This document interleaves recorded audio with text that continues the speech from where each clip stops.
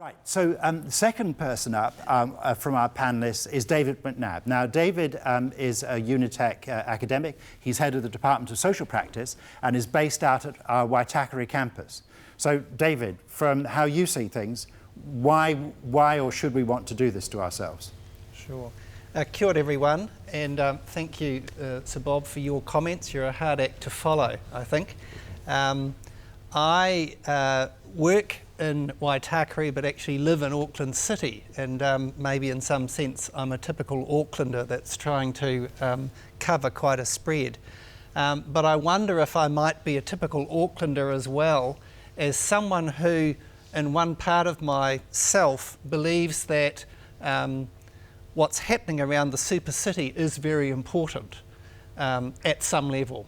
And I've followed through the report from the Commission, etc., and the stuff with the government's response and Rodney Hyde and the mayoral battles, etc., at the moment. But I must say I've found it very hard to engage with the issue. And just thinking about it again, I'm quite worried that maybe it's almost such a big development, the Supercity, it's so hard to engage with. And perhaps the risk of that, there'll be less participation and more chance that fewer people will be sort of running things or directing stuff. My background's in social work, so I work in the social practice field, training counsellors, social workers and community developers.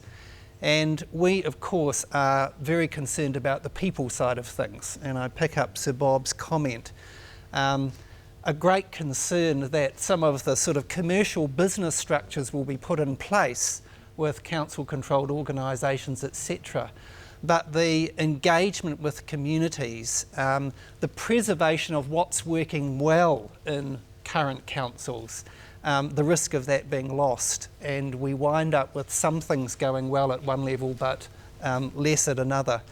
Another comment I'd like to make, I appreciated the Commission's report that said there should be set positions for tangata whenua, for Māori, on the new council.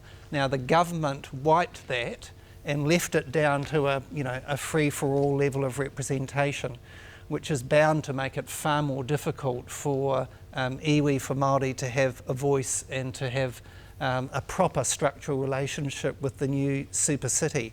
So I remain very concerned about that. And can I just make a final comment? I'm sure it's by chance that the 6 panellists happen to be male and perhaps happen to be white, and some of us are showing a bit of middle-age characteristics. I hope this is not a symbol of where we're heading, you know. I know that various ones of us were engaged because of particular roles, so it's not a serious criticism here. But it does suggest to me that how to adequately capture the diverse communities and community of this wider Auckland City will be a huge challenge. And I admire Sir Bob's energy and, you know, let's get into it. That's Sir Ron. Yeah. So that remains a question of how we can really grasp and develop that, because for me, yes, of course economics is important, we hear plenty about that, but the social and cultural dimensions are actually what makes life worth living and is to do with why we need a strong vision, as has already been said. Fine, thank you. Now I'm going to, again turning to you informed, lively studio audience, and I'm going to exclude anybody who's a politician, and I can see a few around the room, i.e. professionals engaged in this. Is there anybody who wants to admit, as a member of the general public, of being so enthralled by all this all the way through that you've read every document, you've been engaged across the barbecue and anywhere you could find an audience to discuss these issues? Would it? Oh yes. Well, you're semi-professional, wholly professional in many respects. Yes. Let me just get a microphone to you, and just get a comment from you about that sense of engagement and whether that's lacking at the moment and how big an issue that is to tackle. But would you also like to introduce yourself so people can understand how you're engaged? Yeah, I'm Mel Spartan and I run the Grassroots Action Group GAG, and I also just ran the Our Auckland campaign, which was a referendum for people to vote on the government's proposals for Supercity through the Aucklander newspaper. I also do a bit of work for the Waitakere Rangers Protection Society, and I'm on the Titirangi Ratepayers Association, and a trustee of Eco Matters Environment Trust and Weed Free Trust. Yeah, I don't get paid for any of that. But you're highly engaged.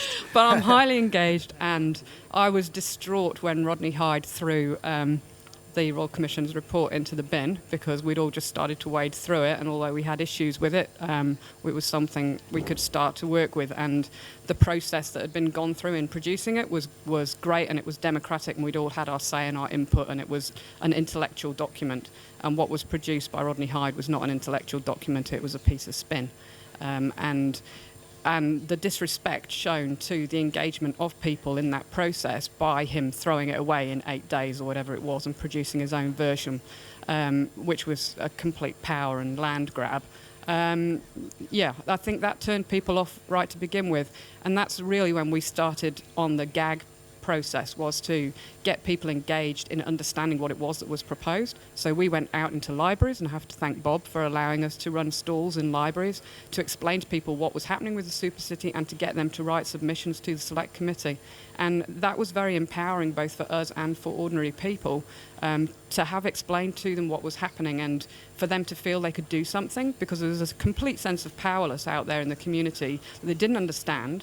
And there was nothing they could do about it, and this was just being steamrolled through urgency in Parliament. No one was getting a say, and this was just getting set up. So even though the government ignored what was said in those submissions, and I sat and listened to a hell of a lot of them, people at least felt that they had the opportunity to have their say. Yeah. But the whole thing has been done too fast, too quickly, too badly thought out, and the end product is going to be we'll show that, because we're not going to get the Supercity that we could have had.